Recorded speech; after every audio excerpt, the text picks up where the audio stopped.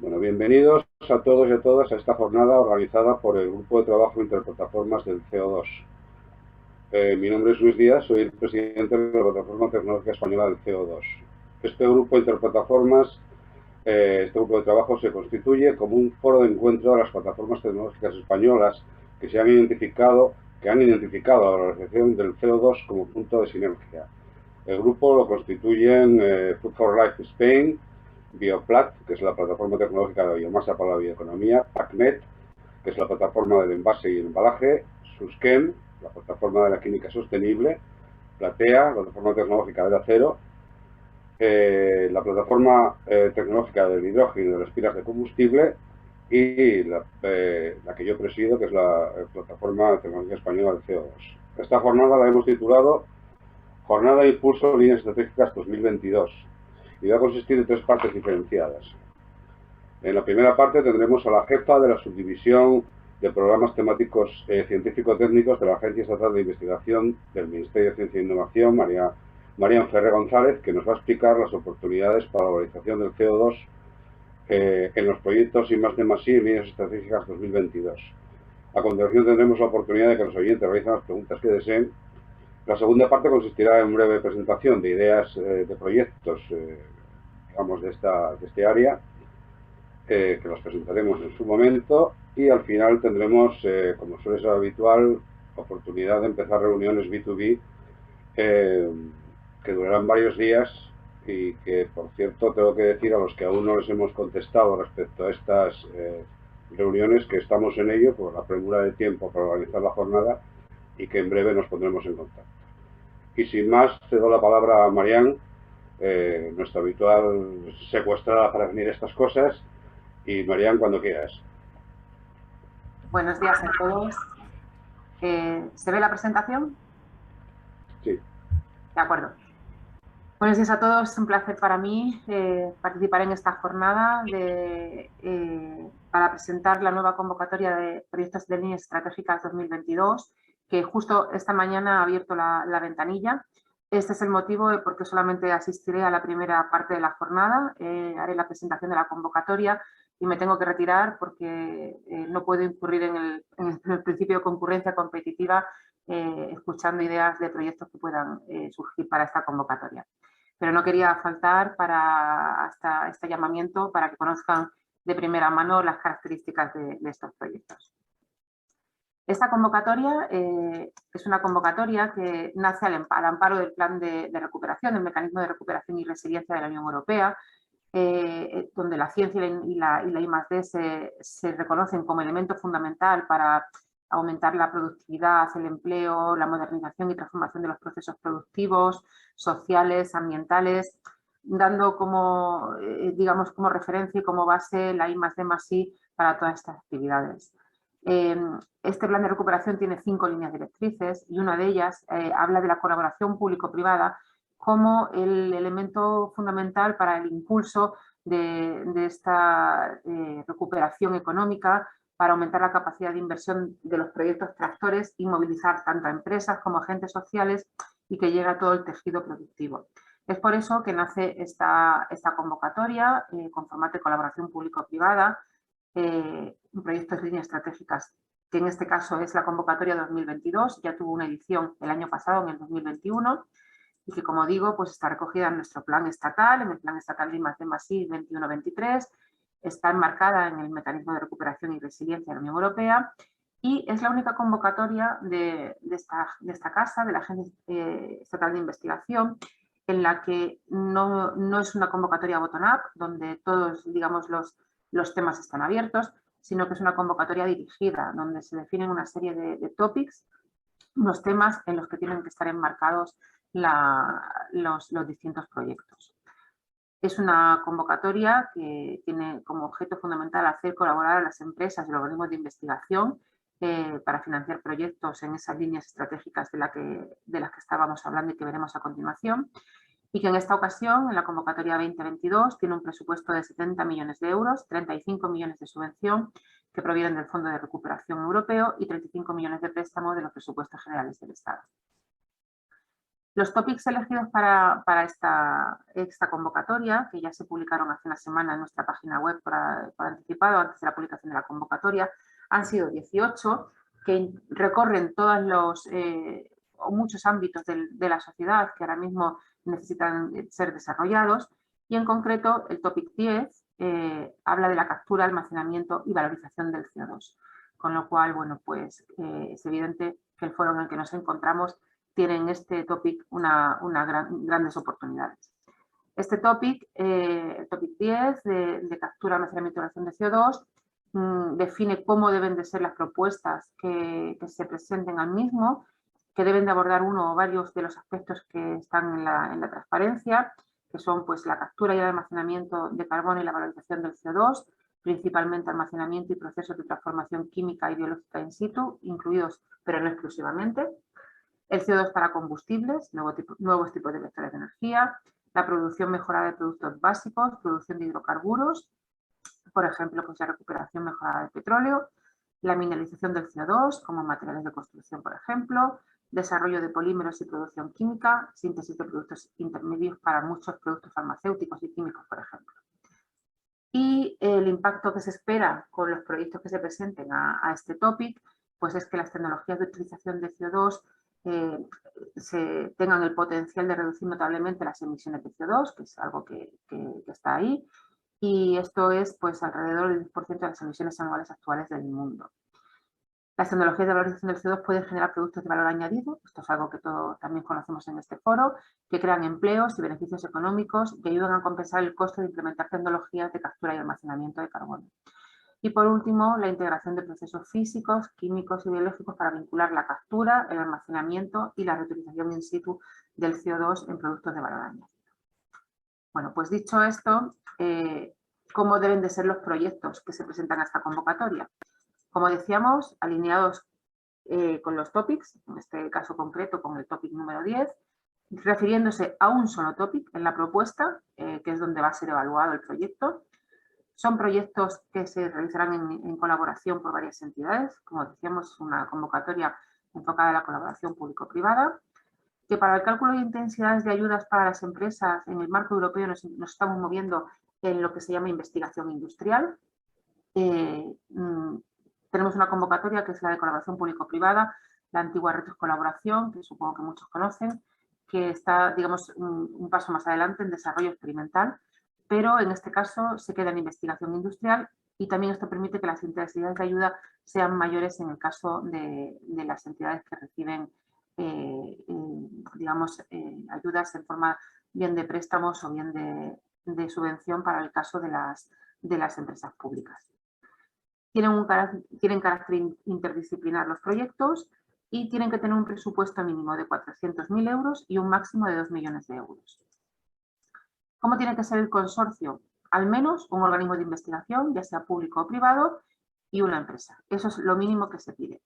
La participación mínima de los miembros del consorcio en el presupuesto del proyecto debe de ser del 10%. Esto nos lleva a que un consorcio máximo podría tener 10 entidades, si todos vamos al mínimo de participación, al 10%. Hacer notar que si solamente hay una empresa en el consorcio, no puede tener más del 70% del presupuesto, ya que entonces perdemos el espíritu de colaboración, y en caso de que el presupuesto de la parte empresarial sea superior al 70%, al menos debe haber 2 empresas en el consorcio. No se establece en el presupuesto del proyecto un balance entre en la parte que debe ser de la parte empresarial o de la parte de investigación, como ocurre en la convocatoria de colaboración público-privada, sino que aquí se deja libre, de forma que dependiendo del proyecto, de las necesidades que tenga, en algunos casos la parte de investigación tendrá más peso o en otras la parte empresarial tendrá más peso en el presupuesto. El coordinador, en este caso de proyectos de líneas estratégicas, puede ser bien la empresa o bien el organismo de investigación, cualquiera de los miembros del consorcio, un poco por lo mismo que hablábamos anteriormente. Va a depender del grado de desarrollo del proyecto y las necesidades, que sea un organismo de investigación o una empresa quien dirija quien coordine estos proyectos y sea el representante único ante la administración. Son proyectos que van a durar 3 años, que tienen un único periodo de ejecución, no tienen anualidades. Esto implica que empezarán el día 1 y acabarán el día 1 más 36 meses. y a lo largo de esos 36 meses el presupuesto que se conceda para el proyecto se podrá gastar libremente a lo largo de esos 36 meses sin anualidades estancas. Los proyectos comenzarán en la fecha que hayan indicado en la solicitud, pero en cualquier caso esa fecha de inicio siempre debe ser posterior a la fecha de finalización del plazo de presentación de solicitudes, que en este caso ya veremos que es el 5 de julio, y estar comprendida a lo largo del año 2022, evidentemente, el proyecto tiene que empezar este año. Los presupuestos de los proyectos pues, serán distintos en esa horquilla que hemos marcado y va a depender de la naturaleza de cada uno de los proyectos, pues la necesidad que se tenga. Y la memoria de estos proyectos sí que presentará en inglés, ya que el panel de evaluadores tendrá un carácter internacional y necesitamos que esa memoria se presente en inglés. Pueden concurrir a estos proyectos cualquier organismo de investigación, ya sea público o privado, las OPIs definidos en la ley de la ciencia, en la ley 14, las universidades públicas, los institutos de investigación sanitarias acreditados, otros centros públicos de I+D, los centros tecnológicos que aparezcan en el registro del Ministerio, las universidades privadas con capacidad y actividad demostrada en I+D, centros privados de I+D que tengan en sus estatutos que la I+D es su actividad principal y cualquier tipo de empresa, independientemente del tamaño, pequeña, mediana o grande, y asociaciones empresariales sectoriales. ¿Cómo se financian estos proyectos? Dependiendo de la naturaleza de cada uno, la naturaleza jurídica de cada uno de los participantes. Los organismos de investigación públicos van a recibir la ayuda en forma de subvención, pueden recibir hasta un 100% de lo solicitado si tienen contabilidad separada, y lo financiaremos a costes marginales. Esto implica que el coste directo del personal propio de la entidad no se va a volver a financiar, porque entendemos que está financiado por alguna administración, ya sea la Administración General del Estado, las autonómicas o las locales. En el caso de los organismos privados de I+D, también se recibe subvención, en este caso también podría llegar hasta el 100%, y en este caso sí es a costes totales. El coste directo del personal propio también se financia.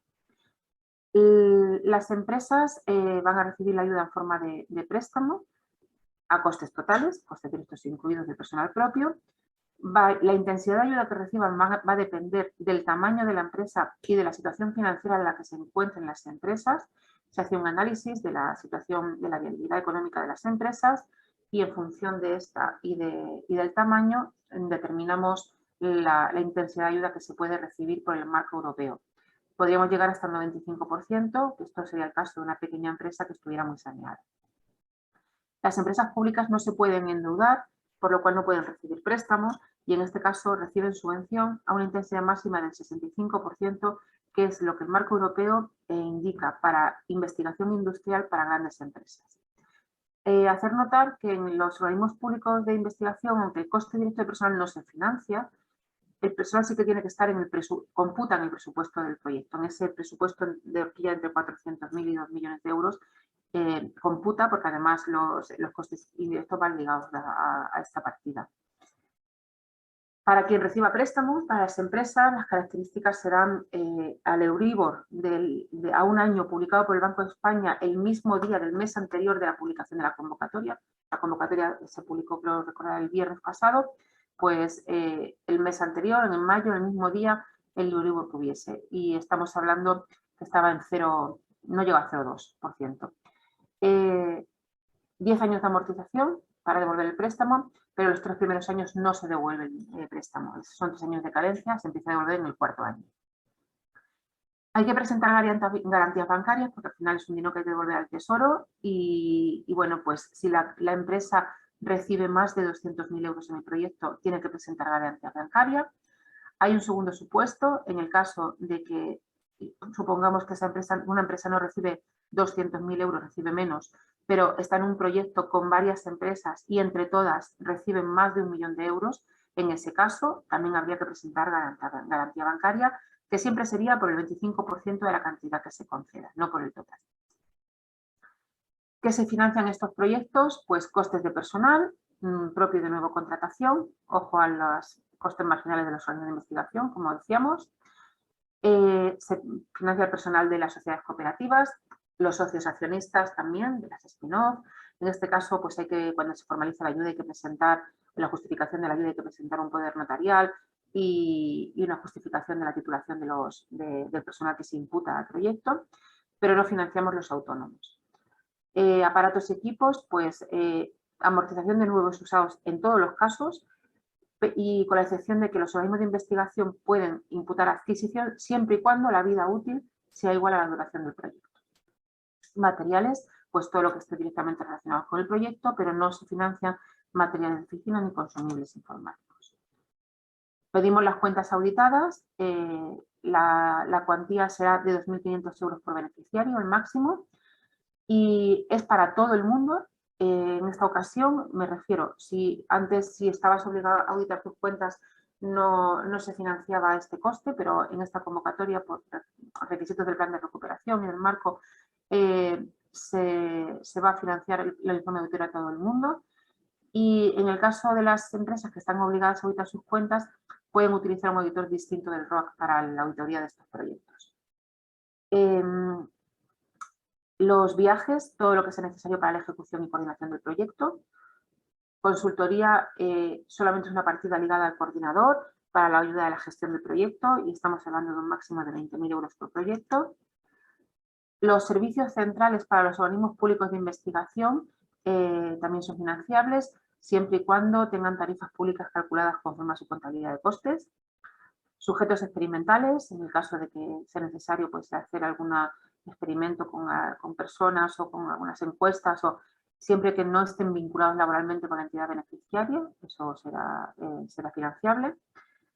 Subcontratación, todo aquello que forma parte de la actividad de I+D, que es parte de un hito del proyecto, pero que por algún motivo no se puede realizar por alguno de los beneficiarios y sea necesario subcontratarlo, se puede hacer, pero no se puede subcontratar más del 50% del presupuesto presentado y, por supuesto, ligado pues, a toda la normativa de la ley de subvenciones que nos obliga, pues, si es una subcontratación de más de 60.000 euros, a presentar 3 ofertas y bueno, todos los requisitos que se suelen pedir. Las patentes, los gastos de solicitud para todo el mundo, pero en el caso de las empresas solamente para las pymes. No se financia a las grandes empresas por el marco europeo. Asistencias técnicas es subcontrataciones que no son actividades propias de I+D, sino que son actividades complementarias que son necesarias para la realización de la actividad. Y los costes indirectos en esta ocasión va a ser distinto para los organismos de investigación que para las empresas. Los organismos de investigación van a recibir costes indirectos a un coste fijo, será el 15%, hasta un 15% de los costes directos, no habrá que justificarlo de ninguna forma. Y las empresas y asociaciones empresariales seguirán, como siempre, calculándolas en función de la cuenta 62, que está en función del personal imputado. Decir que en estas convocatorias del plan de recuperación el IVA no es un concepto financiable, ¿de acuerdo? Todas estas ayudas, por pertenecer a estar dentro del régimen del marco europeo, tienen efecto incentivador. Esto significa que, en líneas, en 4 palabras, que si el proyecto o las entidades no reciben ayuda para realizar el proyecto, no se podría realizar. Esto es el motivo del por qué no puede haber en el consorcio alguien que participe sin recibir ayuda, porque estaríamos incumpliendo el efecto incentivador de la misma. Y la fecha de inicio del proyecto es la fecha que marca el comienzo de la actividad y de los gastos. No puede haber ni actividad ni gastos imputados antes de la fecha del comienzo del proyecto por lo mismo, porque se supone que sin la ayuda el proyecto no se podría llevar a cabo. ¿Cómo se va a llevar a cabo la evaluación del proyecto? Bueno, pues los proyectos serán evaluados en una única fase, con unas comisiones técnicas de expertos con dimensión internacional y que se constituyen pues, en función de las prioridades temáticas. Y los criterios de evaluación que se tienen en cuenta y que bueno, en la convocatoria están, digamos, desglosados dentro de cada uno de ellos lo que se va a valorar, pues son la calidad y viabilidad y potencial de transferencia de la propuesta, que se puntúa hasta 40 puntos sobre 100, pero que tiene un umbral de 25, si no lo supera no se sigue evaluando la propuesta. Capacidad científico-técnica y económica del consorcio hasta 20 puntos, impacto esperado de los resultados hasta 30 y la adecuación del presupuesto hasta 10 puntos. Es importante que en este punto se detalle bien, se justifique el presupuesto del proyecto. Una vez concedido el proyecto, se pueden realizar algunas modificaciones sobre esta resolución de concesión que impliquen cambios en el periodo de ejecución, estas son las prórrogas de ejecución del proyecto, que se deben de pedir 2 meses antes de la finalización, o sea, antes de esos 36 meses pues en el mes 30, antes del mes 34 hay que pedirlo, pero en ningún caso van a poder finalizar estos proyectos después del 31 de diciembre del 2025. No se va a conceder ninguna prórroga más allá de esta fecha por los requerimientos del plan de recuperación, que tenemos que justificar todas las ayudas a Europa.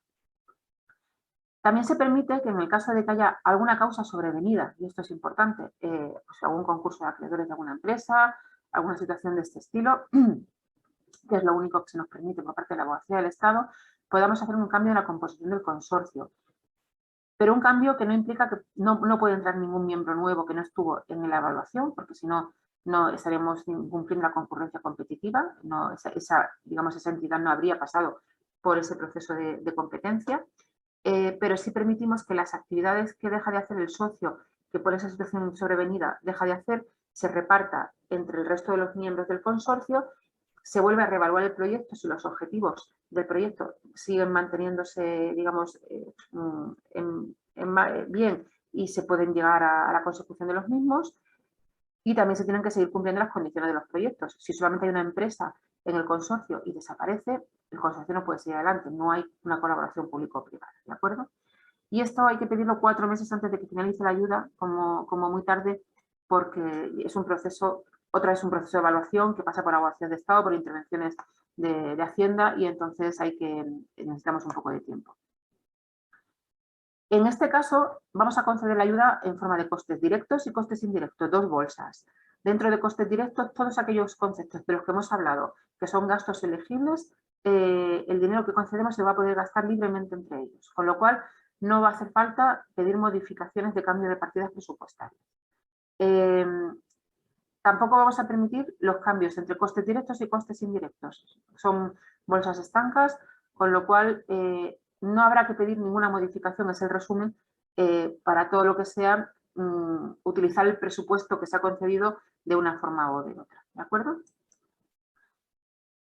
Cuando se hace la solicitud, se declara un personal imputado al proyecto que se puede modificar también, pero siempre tiene que ser por personas, trabajadores o trabajadoras que pertenezcan al mismo grupo de cotización del inicial o superior, ¿de acuerdo?, del que estaba contemplado en la solicitud, y no hay que pedir modificación, pero sí hay que justificar luego en la memoria técnica final esos cambios.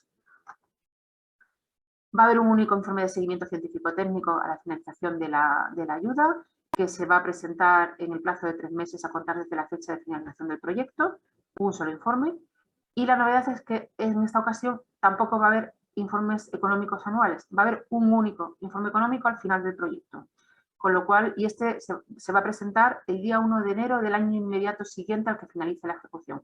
Es decir, si acaba la ejecución en agosto del 25, el 1 de enero del 26 se abrirá el plazo de presentación de justificación económica. Con lo cual, por eso la partida de ayuda de auditor era una única partida de 2.500 euros por proyecto, no como en otras ocasiones que eran 1.200 euros por anualidad, me parece. Como aquí solamente hay que presentar una vez las cuentas, al final, por eso es ese cambio en ese concepto financiable. En la convocatoria hay un anexo con el contenido tentativo de la memoria, en el que se dice que no puede ser superior a 40 páginas, incluida portada del índice. 41 no la admite el sistema, con lo cual, bueno, pues esto es importante. La memoria técnica se tiene que presentar en inglés, como hemos dicho. Hay una serie de recomendaciones en cuanto al tamaño y al tipo de letra para rellenar la memoria. Tiene unos epígrafes establecidos que hay que digamos, contemplar en esa memoria. Y, como decíamos, no se puede incluir memoria de actividades de entidades que no forman parte del consorcio, ni actividades de los que forman parte que no tienen nada que ver con el proyecto y que no reciben ayuda para ello. Además de la memoria técnica y de la solicitud, hay que presentar, en el caso de las empresas, una serie de documentación, ya que decíamos que hacemos un análisis de la situación financiera de las empresas para ver si pueden recibir o no pueden recibir ayuda, por un lado, y ver qué intensidad de ayuda se les puede dar por otro. Entonces, las empresas que tienen obligación de presentar sus cuentas en el registro mercantil y que tengan los últimos 2 años registrados no tienen que presentar nada. Las que no tengan obligación de registrar sus cuentas o tengan obligación y no tengan las 2 últimas registradas por algún motivo, y las asociaciones empresariales sectoriales deben de presentar las cuentas cerradas y auditadas de los 2 últimos ejercicios. Y en el caso de las empresas nuevas, las de reciente creación, inferiores a 3 años, presentarán las cuentas que tengan y un plan de negocio de la entidad para los 3 ejercicios siguientes. Y digamos, estas serían las características de los proyectos, pero no quiero terminar sin recordar que en estas convocatorias del plan de recuperación es muy importante cumplir con el principio del DNSH, que significa no dañar al medio ambiente según el principio de taxonomía. Y en concreto en estos proyectos del CO2 tienen más sentido porque específicamente hablan de que los proyectos no podrán dirigirse a aumentar la eficiencia de los combustibles fósiles y tecnologías relacionadas en incrementar la emisión de los gases de efecto invernadero. Las propuestas que no cumplan con este principio van a ser excluidas. Es un principio de exclusión de la convocatoria, ni siquiera pasa en evaluación. Con lo cual es importante tomar en serio este análisis, bueno, pues tenemos un equipo de expertos externos que realiza esta evaluación y como digo, si no pasa esa evaluación, serán excluidas. El plan de recuperación es quien nos obliga a hacer esto. El reglamento de taxonomía es quien marca cuáles son los principios que debemos de cumplir, y la Comisión Europea pues creó una guía para guiar, o sea, para los usuarios, para realizar ese autoanálisis de los principios que tienen que cumplir, que está incluido en el cuestionario de la solicitud. El año pasado, quien, digamos, vio esta convocatoria, este análisis estaba en la memoria técnica, era un anexo a la memoria, porque apareció el día de antes de la publicación, el requisito apareció el día antes de la publicación de la convocatoria y fue imposible implementarlo en el cuestionario, pero ya está implementado en el cuestionario de solicitud. Y si no se cierra, no se puede cerrar la solicitud. Estos son los objetivos medioambientales que hay que cumplir, estos 6 que aparecen en pantalla, que los marca el reglamento de taxonomía en los artículos 9 y 17. Y como decía, pues este análisis se hace proyecto a proyecto y objetivo a objetivo, con lo cual, bueno, pues es fundamental hacer bien este análisis. Y antes de terminar, tener en cuenta que todos los actos administrativos de esta convocatoria se realizan por comparecencia electrónica, que para presentar una propuesta las entidades tienen que estar dadas de alta en el sistema de entidades del Ministerio de Ciencia e Innovación, que los representantes legales de las entidades tienen que estar en el registro unificado de solicitantes y que todo el mundo tiene que tener una firma electrónica avanzada, ya que todos los socios deben de firmar su conformidad de participación y, por supuesto, el representante legal del consorcio hacer la presentación de la solicitud. Como decíamos, está abierto desde esta mañana la solicitud de proyectos y cierra el 5 de julio a las 2 del mediodía, hora peninsular.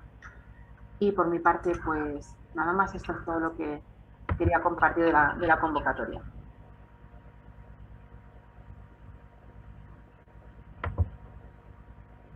No sé si hay alguna pregunta. Decir que solamente puedo responder a preguntas de carácter general, ya que ahora mismo con la convocatoria abierta, la concurrencia competitiva no me permite, digamos, asesorar técnicamente ningún tipo de proyecto ni escuchar ideas de proyectos. Por eso es por lo que me tengo que desconectar cuando acabemos este bloque de preguntas.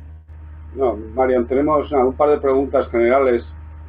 La primera sería que si hay algún TRL esperado al final del proyecto. Estos proyectos se suelen mover en un TRL entre 3, 4, algo así. Digamos que son TRL más bajos que la colaboración público-privada al uso que tenemos en la casa, que suelen ser un poquito más altos con el desarrollo experimental. Pero no está definido estrictamente un TRL.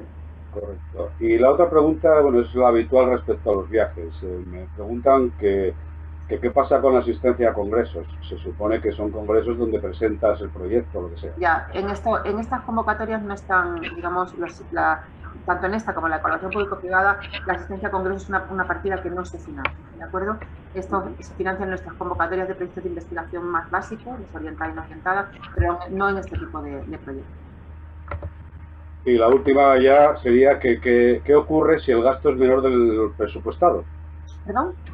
Que el gasto al final es menor del presupuestado, ¿qué pasaría? Pues lo más inteligente es reintegrar la ayuda de motu propio, porque en cualquier caso, si no se hace, o sea, para evitar intereses, porque si no se hace a la hora de revisar la justificación, si no se ha alcanzado el gasto, pues se va a requerir esa justificación con intereses.